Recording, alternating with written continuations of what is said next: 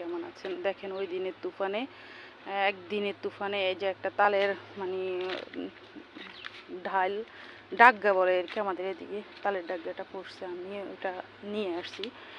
অন্যদের গাছ নিচেই পড়ছে, তো আমি পাইছি, আমি নিয়ে আসছি।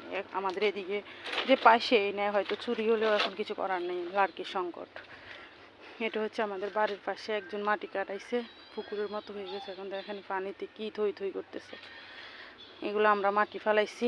দেখেন ঘরের মধ্যে আমরা কিভাবে এই ঘরটাকে আমরা লজ্জা পাবো কেন, নিজেদের যা আছে তাই তো আপনাদের মাঝে তুলে ধরি। এই ঘরটার মধ্যে আসলে থাকি, নিজেদের মতো করে গুছিয়ে গাছিয়ে থাকি। এটা আমার বাপের ঘর।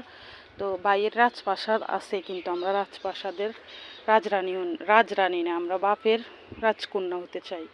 তো এটা আমার বাপের ভাঙা ঘর। এ দেখেন জোড়া তালি দিয়ে যা আছে, নিজেদের ইজ্জত ঢাকার জন্য। আলহামদুলিল্লাহ এরকম পরিবেশ কেউ থাকে কিনা আমি জানি না, বাট আমরা থাকতেছি। দেখেন ওই যে নিচের টিনগুলো নষ্ট হয়ে যাওয়ার কারণে এরকম করে করে আমরা দিছি, যাতে আর বাইরে থেকে কিছু দেখা না যায়।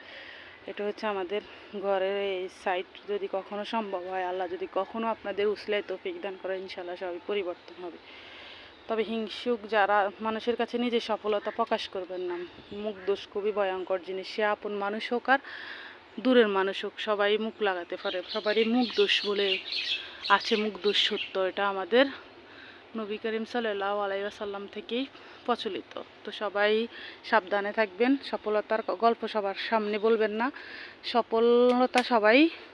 সফলতাকে সবাই মাশাআল্লাহ বলে না, মা গই বলে। তো সবাই ভালো থাকবেন। আল্লাহ হাফেজ।